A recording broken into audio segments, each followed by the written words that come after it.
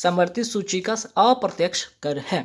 Next सवाल पे आते हैं, जीएसटी किस समिति की सिफारिश पर लागू हुआ? ये भी ध्यान रखिएगा, विजय केलकर समिति की सिफारिश पर ये लागू होता है। ये भी इम्पॉर्टेंट सवाल है। नेक्स्ट सवाल पे आते हैं, पत्तियों में मौजूद जो हरा रंग है, आप देखते होंगे हरा रंग, किस नाम से जाना जाता है इसे? तो क्लोरोफिल इसको कहा जाता है, या हिंदी में इसको पर्णहरित भी कहा जाता है। सवाल नंबर इसे दूसरा क्या बन सकता है कि ठीक है, आप क्लोरोफिल की बात कर रहे हैं तो क्लोरोफिल में कौन सा धातु पाया जाता है? आंसर हो जाएगा मैग्नीशियम। मैग्नीशियम का अगर पूछ लिया जाए कि आपका परमाणु संख्या कितना होता है, 12 होता है। कौन से वर्ग में आते हैं? वर्ग 2 में, और आवर्त 3 में आते हैं ये पीरियोडिक टेबल में। ठीक है, पौधे में भोजन का निर्माण किस प्रक्रिया से होता है? महत्वपूर्ण सवाल है ये। आपका जो ये प्रक्रिया, इसका नाम है प्रकाश संश्लेषण, और इंग्लिश में इसको कहते हैं फोटोसिंथेसिस। ध्यान रखिएगा, इससे एक बहुत ही महत्वपूर्ण सवाल, वेरी वेरी इंपॉर्टेंट सवाल बनता है। क्या ध्यान रखिएगा आप, इस प्रक्रिया में जो पौधे हैं CO2 ग्रहण करते हैं। ध्यान रखिएगा, CO2 क्या करते हैं? ग्रहण करते हैं। वहीं O2 का ये उत्सर्जन करते हैं। प्रक्रिया कौन सी है वो? ध्यान रखिएगा, प्रकाश संश्लेषण। लेकिन सवाल आपको अगर ऐसे घुमा के पूछ दिया जाए, पौधे श्वसन प्रक्रिया, ठीक है, ये श्वसन प्रक्रिया में कौन सा गैस लेते हैं? तो जब श्वसन प्रक्रिया की बात आएगी तो ये O2 ग्रहण करते हैं और CO2 का उत्सर्जन करते हैं। ठीक है, श्वसन प्रक्रिया जैसे कि हम मानव करते सेम, इसी तरह से पौधे भी करते, बस प्रकाश संश्लेषण वाला ध्यान रखना है। आपका CO2 ग्रहण करते हैं और O2 का उत्सर्जन करते हैं। बात करते हैं पौधे में जो जाइलम का है, इसका काम क्या है? ठीक है, जो जाइलम है आपका, इसका काम क्या है? तो इसका काम है जल तथा खनिज लवण को जड़ से पौधे में ऊर्ध्वाधर ऊपर ले जाना और पूरे पौधे तक पहुंचाना। जाइलम का यही काम है। ठीक है, फिर दूसरा एक ध्यान रखिएगा, फ्लोएम भी एक सवाल आता है एग्जाम में कि फ्लोएम का क्या काम है?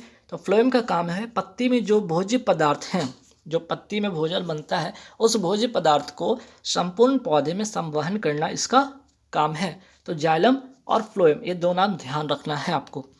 बात करते हैं डॉल्फिन की अगर मैं बात करूँ को राष्ट्रीय जलीय जीव किस वर्ष घोषित किया गया? ये महत्वपूर्ण सवाल है। 5 अक्टूबर 2009 को इसको घोषित किया गया है। ठीक, तो इम्पॉर्टेंट क्वेश्चन बन जाता है, डॉल्फिन को राष्ट्रीय जलीय जीव किस वर्ष घोषित किया गया। सवाल ये भी बन सकता है, मोर का वैज्ञानिक नाम क्या होता है? पावो क्रिस्टोपस। वही बात करते हैं डॉल्फिन से अगर बात हो ही रही तो डॉल्फिन रिसर्च सेंटर कहाँ स्थित है? पटना, बिहार में स्थित है। और अगर बात कर लीजिए कि पहली बार राष्ट्रीय डॉल्फिन दिवस कब मनाया गया? 5 अक्टूबर को ही, लेकिन 2022 में। ठीक, चलिए, आर्किटेक्चर की जड़ने की तकनीक पिएट्रा ड्योरा जो है आपका, जिसको कहते हैं क्या? पिएट्रा ड्योरा का मतलब होता है अर्धकीमती पत्थर। एक किस स्मारक में, जो ताजमहल आप देखे हैं, ताजमहल में कौन सी तकनीक इसमें यूज हुआ है? आपका पिएट्रा ड्योरा जिसे कहते हैं अर्धकीमती पत्थर। तो सवाल ये भी बन सकता है, ताजमहल की बात हुई है तो ताजमहल को यूनेस्को के वर्ल्ड हेरिटेज में कब शामिल किया गया था? 1983 में शामिल किया गया था। वही बात करते हैं चारबाग शैली में निर्मित जो स्मारक है हुमायूं का मकबरा। ठीक है, चारबाग शैली है, इसमें निर्मित स्मारक है हुमायूं का मकबरा। तो हुमायूं का मकबरा किस शैली में निर्मित है? चारबाग शैली में निर्मित है। ये है कहाँ? दिल्ली में। और बनाया था किसने इसको? गुलबदन बेगम ने बनवाया था। और 1983 में इसे यूनेस्को वर्ल्ड हेरिटेज साइट में इसे शामिल किया गया। नेक्स्ट सवाल पे आते हैं, एतमादुल्ला का मकबरा कहाँ स्थित है? आगरा।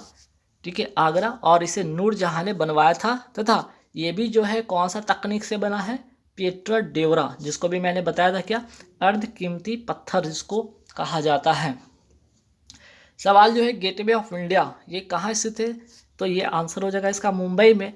सवाल अगर आ जाए कि इंडिया गेट कहाँ है, तो दिल्ली में। देखिए सवाल बहुत ही आसान है, लेकिन एग्ज़ाम में कई बार ऐसा भी होगा कि आप इतने मीन्स कि आप एग्ज़ाम में क्या होता है, एग्ज़ाम के जो प्रेशर से कई बार ऐसे छोटे छोटे क्वेश्चन भी आप गलती कर बैठते हैं, जल्दीबाजी में पढ़ लेते हैं गेटवे ऑफ इंडिया और टिक करके आ जाते हैं दिल्ली। ठीक है, और वहीं इंडिया गेट को अगर पूछा जाए तो आप मुंबई टिक कर देते, तो ऐसे गलती नहीं करेंगे, ध्यान रखिएगा।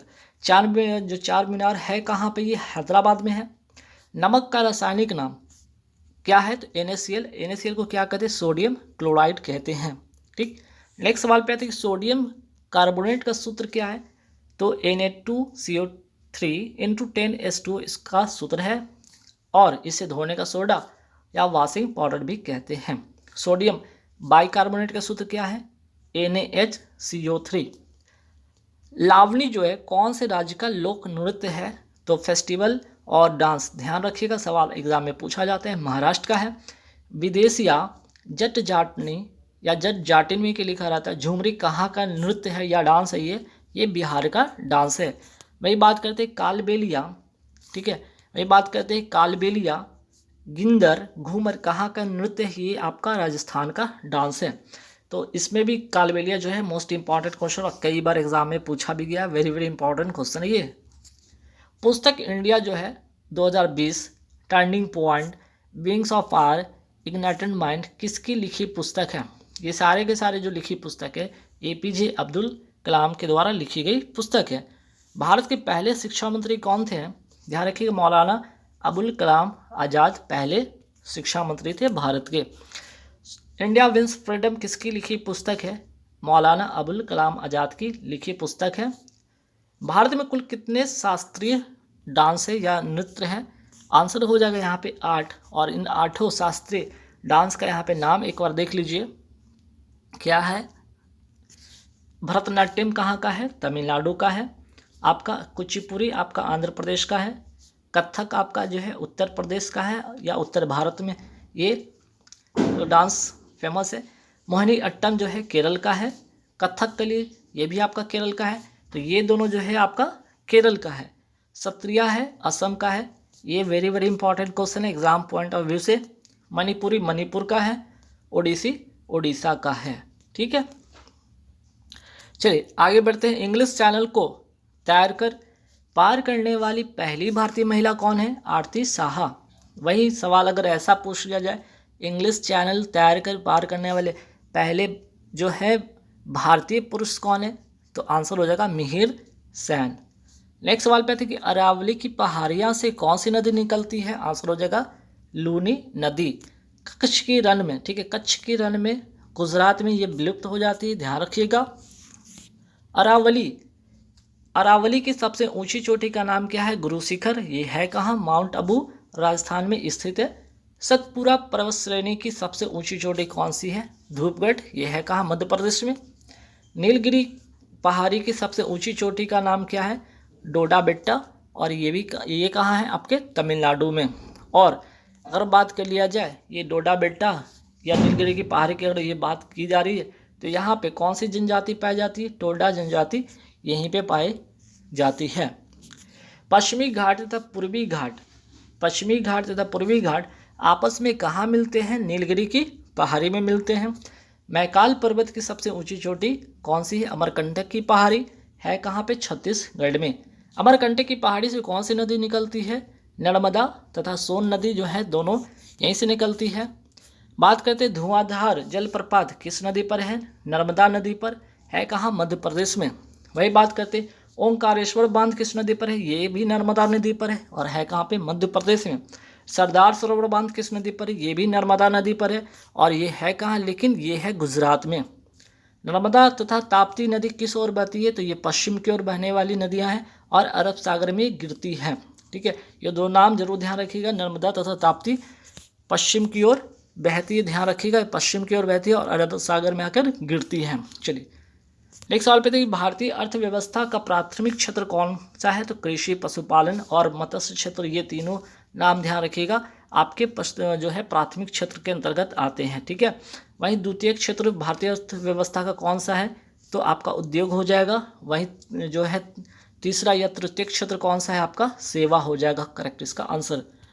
अगर बात कर लिया जाए कि सर्वश्रेष्ठ लौह अयस्क क्या कहलाता है, मैग्नेटाइट, इसका सूत्र होता है Fe3O4 होता है। लेकिन सवाल अगर आपसे ये पूछ लिया जाए भारत में सर्वाधिक पाया जाने वाला लौह अयस्क कौन सा है, आंसर हो जाएगा हेमाटाइट और इसका जो सूत्र होता है Fe2O3। नेक्स्ट सवाल पे आते हैं कि कार्नेटाइट पिच ब्लेंड किस धातु के अयस्क है, ये यूरेनियम के अयस्क हैं। सी भूमि लौह अयस्क क्षेत्र कहाँ है, ये झारखंड में है। मयूरभंज लॉ अयस्क क्षेत्र कहाँ है? ये उड़ीसा में है, ध्यान रखिएगा, उड़ीसा में। और मयूरभंज लॉ और उड़ीसा की मैं बात करूँ तो राष्ट्रपति अभी जो हमारी जो वर्तमान राष्ट्रपति हैं द्रौपदी मुर्मू, ये कहाँ की हैं? आपके मयूरभंज उड़ीसा की हैं। बेल्ला डीला लौह अयस्क क्षेत्र कहाँ पे? ये छत्तीसगढ़ में है। वहीं रानीगंज कोयला क्षेत्र किस लिए प्रसिद्ध, कहाँ ये प्रसिद्ध है? ये कहाँ की फेमस है? तो ये पश्चिम बंगाल की फेमस है रानीगंज कोयला क्षेत्र। थोरियम जो कि अयस्क है किसका? मोनोजाइट का अयस्क। थोरियम का प्रचुर भंडार कहाँ पाया जाता है? केरल में। बेस्टिल जेल या फिर बास्तिल का कला दुर्ग, ठीक है, बास्तिल कला दुर्ग पर जनता के हमले से कौन सी घटना को जन्म दिया? ठीक है, ये घटना जो ये हमला कौन सी घटना को जन्म दिया था? फ्रांस की क्रांति थी, फ्रांस की क्रांति को जन्म देने वाला था ये बेस्टिल जेल या फिर बास्तिल कला दुर्ग पर जनता के हमले को, ठीक है। तो सवाल ये भी बन सकता है कि फ्रांस की क्रांति किसके विरोध में हुआ था? लुई 16वां के विरोध में हुआ था। कब? 1789 में। तो बेस्टिल जेल फ्रांस की क्रांति का कारण बनता है, ध्यान रखिएगा। समानता स्वतंत्रता, ठीक है, समानता स्वतंत्रता तथा बंधुत्व, ठीक है, का नारा भारत ने कहाँ से लिया है? फ्रांस की क्रांति से ही लिया था। नेक्स्ट सवाल पे आते हैं कि बोल्शेविक क्रांति जिसे कहते हैं रूस की क्रांति भी कहा जाता है, कब हुआ था? 1917 में। और किसके द्वारा? लेनिन के द्वारा। सोवियत संघ का विघटन किसके समय होता? मिखाइल गोर्बाचेव के समय होता है। और कब होता है? 1991 में। और इसलिए इंपॉर्टेंट बन जाता है कि इनका हाल ही में भी क्या हुआ? निधन हुआ है, ठीक है। डीएनए का फुल फॉर्म क्या होता है? डीऑक्सीराइबोज न्यूक्लिक एसिड होता है। डीएनए का द्विकुंडली, ठीक है, द्विकुंडलित मॉडल जो है, या जिसे कहते हैं हम लोग हेलिक्स मॉडल भी कहते हैं, किसने दिया था? वाटसन तथा क्रिक ने दिया था। डीएनए किसका बहुलक है? न्यूक्लियोटाइड का ये बहुलक है। नेक्स्ट सवाल पे आते हैं कि डीएनए में नाइट्रोजन क्षारक के रूप में क्या होता है? एडेनिन होता है, ग्वानिन होता है, साइटोसिन होता है और थाइमिन होता है, ध्यान रखिएगा। वही आरएनए में नाइट्रोजन क्षारक के रूप में क्या होता है? एडेनिन होता है, ग्वानिन होता है, साइटोसिन होता है और यूरोसिल होता है, ठीक है। नेक्स्ट सवाल पे आते हैं कि 1920 में भारतीय राष्ट्रीय कांग्रेस की बैठक कहाँ हुई थी? तो ध्यान रखिएगा, नागपुर में होता है।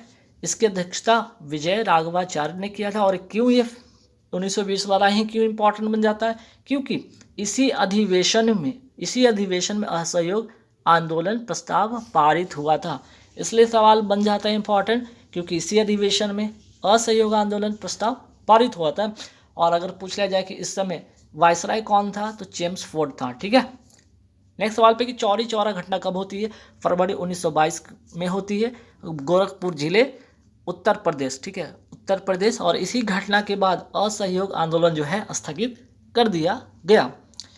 अगर सवाल पूछा जाए कि नीरी का फुल फॉर्म क्या है या नीरी कहाँ स्थित है, तो आंसर तो हो जाएगा नागपुर। इसका फुल फॉर्म होगा national environment engineering research institute, ठीक। चलिए, लाइट ऑफ एशिया या एशिया की ज्योति किसे कहा जाता है? महात्मा बुद्ध या भगवान बुद्ध को कहा जाता है। लाइट ऑफ एशिया किसकी लिखी पुस्तक है? ये भी ध्यान रखिएगा, जयराम रमेश के द्वारा ये लिखी पुस्तक है। रामकृष्ण मिशन की स्थापना कब होती है? 1897 में होती है। और किसके द्वारा होती है? स्वामी विवेकानंद जी के द्वारा। तो प्रबुद्ध भारत जो पत्रिका है, ये किसकी पत्रिका थी? स्वामी विवेकानंद जी की पत्रिका थी। हिंद स्वराज किसकी लिखी पुस्तक थी? महात्मा गांधी की लिखी पुस्तक थी। हड्डियों का अध्ययन क्या कहलाता है? ऑस्टियोलॉजी कहलाता है। वयस्क मनुष्य में कुल कितनी हड्डियां होती है? 206 होती है। वहीं नवजात शिशु में कुल कितनी हड्डी होती है? 300 होती है। मानव शरीर की सबसे लंबी हड्डी का नाम क्या है? फीमर, ठीक है। और ये कहाँ की हड्डी है? जांघ की हड्डी है। वहीं बात करते हैं मानव शरीर की सबसे छोटी हड्डी, लंबी तो हो गई फीमर, ठीक है। स्टेपिज हो गया, सबसे छोटी हड्डी कहाँ की है? कान की हड्डी है। जबड़े की हड्डी को क्या कहा जाता है? मैंडिबल कहा जाता है। इंपॉर्टेंट क्वेश्चन है, ध्यान रखिएगा। श्रीलंका में गृह युद्ध कब समाप्त होता है? ये समाप्त होता है 2009 में, चलता है 1989 से 2009 तक। और LTTE liberation tiger of Tamil इलम की समाप्त होने पर यहाँ ये गृह युद्ध समाप्त होता है। मित्र शक्ति श्रीलंका जो युद्ध अभ्यास है, मित्र शक्ति श्रीलंका अलग अलग जो युद्ध अभ्यास की बात हो रही है, इन दोनों जो होता है, ये दोनों अभ्यास जो है किन दो देशों के बीच में होता है? भारत और श्रीलंका के बीच में होता है। भारत और श्रीलंका के बीच कौन सी जल संधि है? पाक जल संधि है, ध्यान रखना आपको। लड़ो तथा भागो या इमरजेंसी हार्मोन किससे निकलता है? एड्रिनल ग्लैंड से निकलता है। जैविक घड़ी या इसको कहते हैं बायोलॉजिकल क्लॉक किस घड़ी को कहा जाता है, यहाँ पे लिखिएगा किस ग्रंथि को कहा जाता है, तो पीनियल ग्रंथि को कहा जाता है। ठीक है। नेक्स्ट सवाल पे आते हैं कि जनसंख्या की दृष्टि से भारत का सबसे बड़ा राज्य कौन सा है, उत्तर प्रदेश है। सबसे छोटा राज्य कौन सा है, सिक्किम। वही बात करते हैं क्षेत्रफल, ये तो जनसंख्या की दृष्टि से हो गया। क्षेत्रफल की दृष्टि से भारत का सबसे बड़ा राज्य कौन सा है, राजस्थान। और सबसे छोटा राज्य है गोवा। वही बात करते हैं सर्वाधिक तटीय सीमा किस राज्य की है, गुजरात की। और सबसे छोटा सीमा गोवा की। गोवा राज्य कब बनता है, 1987 में। इस सारी बातें ध्यान रखना आपको। दूध सागर जलप्रपात कहाँ है, गोवा में है। सिग्मो फेस्टिवल कहाँ होता है या कहाँ का है, ये भी गोवा का है।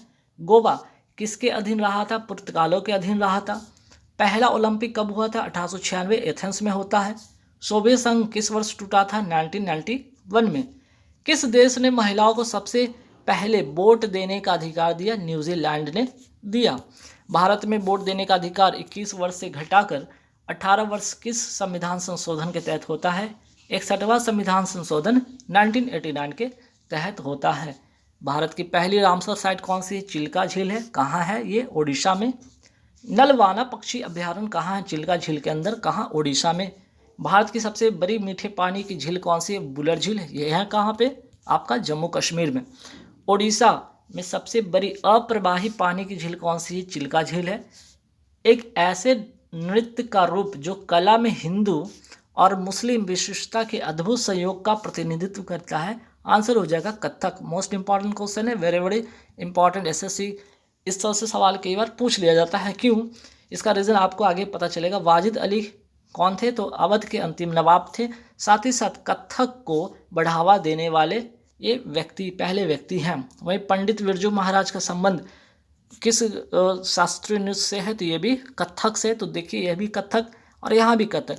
लेकिन ये जो वाजिद अली थे ये मुस्लिम थे और ये पंडित बिरजू महाराज क्या थे, हिंदू थे। तो इन दोनों का जुगलबंदी को ही इस नाम को दिया गया, जो कि हिंदू और मुस्लिम का जो है संयोग, अद्भुत संयोग को प्रतिनिधित्व करता है, वो है कथक। ठीक। सिपाही विद्रोह की अगर मैं बात करूं कब होता है, 1857 में। अगर लखनऊ की अगर बात किया जाए, सिपाही विद्रोह जो होता है लखनऊ में 1857 में, इसका नेतृत्व कौन किया था, तो बेगम हजरत महल ने इसका नेतृत्व किया था। और ये भी ध्यान रखिएगा, बेगम हजरत महल जो है किनकी वाइफ थी, ये वाजिद अली की ही ये कौन थी, ये वाइफ थी, ये ध्यान रखिएगा। तो सिपाही विद्रोह 1857 लखनऊ में नेतृत्व किसने किया, बेगम हजरत महल ने। बात करते हैं मोपला विद्रोह की। मोपला विद्रोह कब होता है, 1921 में। कहाँ पे, केरल में। वहीं बात करते हैं पाइका विद्रोह कब होता है, 1817 और कहाँ, उड़ीसा में। A century is not enough किस भारतीय क्रिकेटर की लिखी पुस्तक है, सौरव गांगुली की। प्लेइंग इट माई वे किसकी लिखी पुस्तक है, सचिन तेंदुलकर की लिखी पुस्तक है।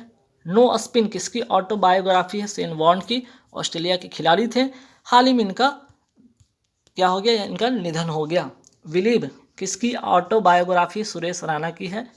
राष्ट्रीय ग्रामीण रोजगार गारंटी अधिनियम कब पारित होता है, इसको क्या कहते हैं, इसका फुल जो शॉर्ट फॉर्म होगा NREGA, national rural employment guarantee act कब की है, 2005 की है। लागू कब होता है, 2 फरवरी 2006 को ये लागू होता है। वही बात करते हैं, इसका नाम जो है नरेगा से मनरेगा कब होता है, ठीक है, मनरेगा कब होता है, इसका नाम मनरेगा आपका जो होता है 2 अक्टूबर 2009 से इसका नाम मनरेगा हो जाता है। दुनिया की सबसे ऊंची प्रतिमा स्टैचू ऑफ यूनिटी किसकी है, तो ये सरदार वल्लभ भाई पटेल जी की प्रतिमा है। ये स्थित कहाँ पे, केवड़िया गुजरात में है। कितना मीटर ऊंचा, 182 मीटर ऊंचा, दुनिया की सबसे ऊंची प्रतिमा। निर्माता कौन, Ram Sutar. Statue of equality कहाँ पे है, ये हैदराबाद में है। किसका प्रतिमा, तो संत रामानुजाचार्य जी का प्रतिमा है। और कितनी फीट ऊंची है, 216 फीट ऊंची है। सरदार वल्लभ भाई पटेल की बात हो ही रही है, तो सरदार वल्लभ भाई पटेल का अगर मैं बात करूं, कराची अधिवेशन की अध्यक्षता 1931 में इन्होंने किया था। स्ट्रेट फ्रॉम द हेड किसकी लिखी पुस्तक है, कपिल देव की लिखी पुस्तक है। राष्ट्रीय एकता दिवस कब मनाया जाता है, 31 अक्टूबर को। और किसके जन्मदिन पर, तो सरदार वल्लभ भाई पटेल जी के जन्मदिन पर। त्रिस्तरीय पंचायती प्रणाली की अगर मैं बात करूं, मोस्ट इंपॉर्टेंट क्वेश्चन है, वेरी इंपॉर्टेंट क्वेश्चन है। बलवंत राय मेहता समिति की सिफारिश पर ये आती है। पहला बात, 2 अक्टूबर 1959 नागौर राजस्थान से जवाहरलाल नेहरू द्वारा इसकी शुभारंभ होती है। ठीक है। त्रिस्तरीय पंचायती जो प्रणाली है कितने स्तर की है? 3 स्तर की है। ठीक है, एक तो जिला स्तर, दूसरा पंचायत समिति और तीसरा ग्राम पंचायत। फिर आगे बढ़ते, बलवंत राय मेहता समिति का गठन कब होता है? 1957 को। अशोक मेहता समिति का गठन होता है 1977 को। इनका अगर बात करें तो ये द्विस्तरीय पंचायती राज व्यवस्था पर आधारित था। लक्ष्मीमल सिंघवी समिति कब की? 1987 की है और पंचायती राज व्यवस्था को संवैधानिक दर्जा की मांग इन्होंने किया था। पीके थुंगनु समिति ये कब की है? 1989 की है। वही बात करते इन्हीं की सिफारिश पर 73वां संविधान संशोधन तथा 74वां संविधान संशोधन जो है अस्तित्व में आया था, पीके थुंगनु समिति। दिलीप भुरिया समिति की सिफारिश पर कौन सा अधिनियम आता है? पेसा एक्ट आता है। कब का है ये? 1996 का है। पेसा का फुल फॉर्म होगा पंचायती राज एक्सटेंशन शेड्यूल एरिया।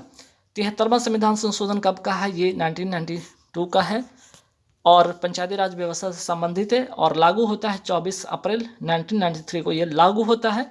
11वीं अनुसूची में शामिल है और इसमें कुल 29 विषय हैं। कुल अनुच्छेद इसमें जो शामिल है 16, 243 से लेकर 243 ओ तक।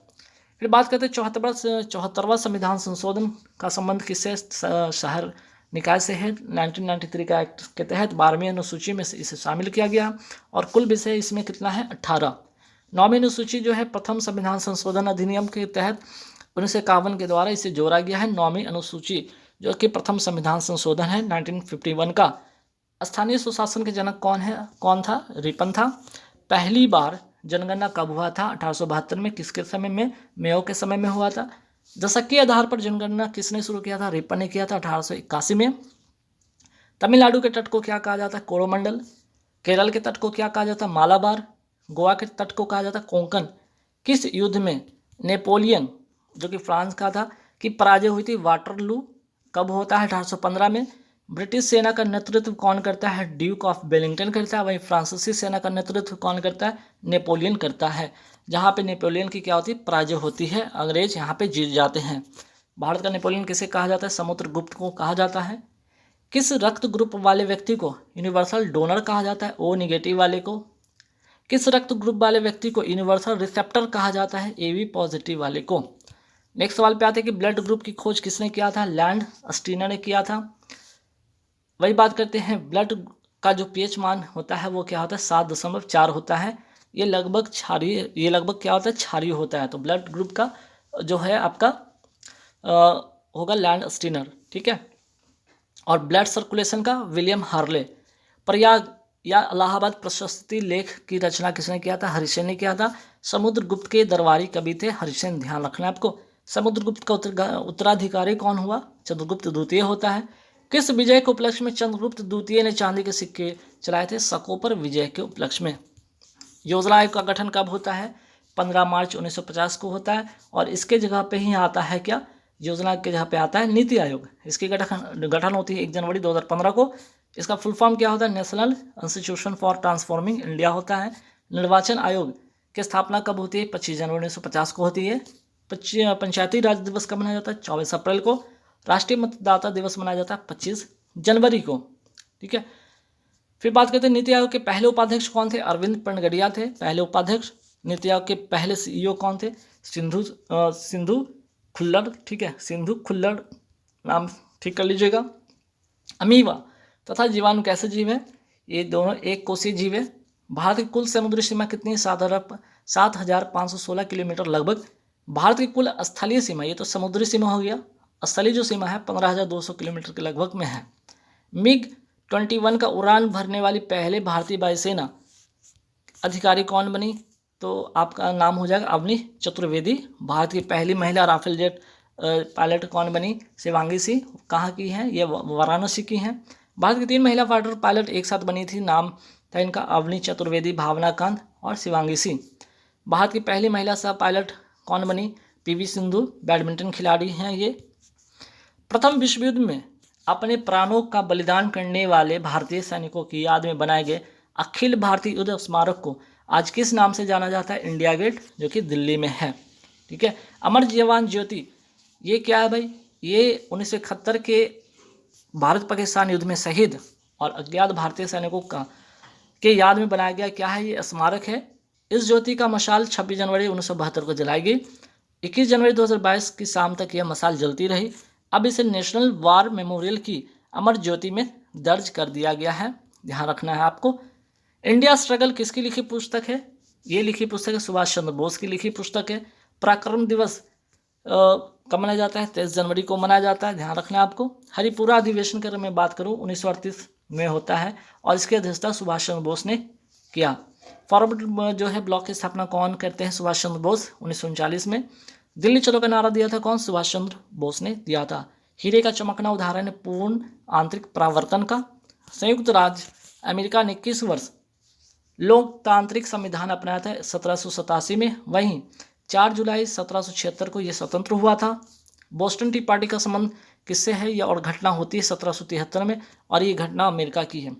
भारत में 500 रुपये तथा 1000 रुपये के जो करेंसी के नोट थे पुराने वाले, किस वर्ष अमान्य घोषित कर दिया गया, 8 नवंबर 2016 को। और इसी कारण इसको क्या कहा जाता है, भारत में डीमोनेटाइजेशन कब हुआ था, तो ध्यान रखिएगा यही 8 जो नवंबर की बात हो रही है, नवंबर 2016 में होती है। भारत में मुद्रा का अवमूल्यन अब तक कितनी बार हुआ, 3 बार हो चुका है, 1949, 1966, 1991 में। सबसे छोटा पक्षी कौन सा है, हमिंग बर्ड। तो सबसे बड़ा पक्षी कौन है, जीवित पक्षी, शुतुरमुर्ग। सबसे छोटा पुष्प कौन है, बुल्फिया। और सबसे बड़ा पुष्प है रैप्लेशिया। नेक्स्ट सवाल पे आते हैं। 1192 में तराइन के दूसरे युद्ध में पृथ्वीराज चौहान किसके हाथों पराजित हुए थे, मोहम्मद गौरी के। तो तराइन का प्रथम युद्ध होता है कब, 1191 में। पृथ्वीराज चौहान और मोहम्मद गौरी के बीच में होता है। यहाँ पे पृथ्वीराज चौहान की जीत हो जाती है और मोहम्मद गौरी यहाँ पे हार जाता है। लेकिन दूसरा युद्ध होता है उसमें क्या होते हैं, पृथ्वीराज चौहान हार जाते हैं, मोहम्मद गौरी जीत जाता है। महानदी और गोदावरी के डेल्टा किस मिट्टी से समृद्ध है, जलोढ़ मिट्टी से समृद्ध है। राष्ट्रीय जलमार्ग 2 किस नदी पर है, ब्रह्मपुत्र नदी पर। कहाँ से कहाँ तक, धुबरी से सादिया असम में। राष्ट्रीय जलमार्ग 1 किस नदी पर है, गंगा नदी पर है। इलाहाबाद यूपी से लेकर हल्दिया वेस्ट बंगाल तक। नीली क्रांति का अगर मैं बात करूँ संबंध किससे है, तो नीली क्रांति का संबंध है आपका मत्स्य पालन का। गोल्डन फाइबर किसे कहा जाता है, जूट को कहा जाता है। धूसर या ग्रे क्रांति का संबंध है उर्वरक उत्पादन से। गोल क्रांति का संबंध है आलू उत्पादन से। पीली क्रांति का संबंध है तिलहन उत्पादन से। गुलाबी क्रांति का संबंध है झींगा उत्पादन से। सिल्वर क्रांति का जो संबंध है अंडा उत्पादन से। काली जो क्रांति का संबंध है वो पेट्रोलियम उत्पादन से।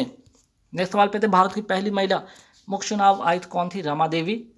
रेविज का टीका का आविष्कार किसने किया, लुई पास्चर ने किया। गांधी इरविन समझौता कब होता है, 5 मार्च 1931 को। किसी विशेष निर्णय या कानून को रोकने के लिए किसी व्यक्ति, पार्टी या राष्ट्र के अधिकार को क्या कहा जाता है, वीटो पावर। शोभा मुद्गल का संबंध किससे, ये भारतीय शास्त्रीय संगीत की प्रख्यात गायिका थी, उत्तर प्रदेश की रहने वाली थी। बनारस हिंदू विश्वविद्यालय की स्थापना किसने किया था, पंडित मदन मोहन मालवीय ने 1960।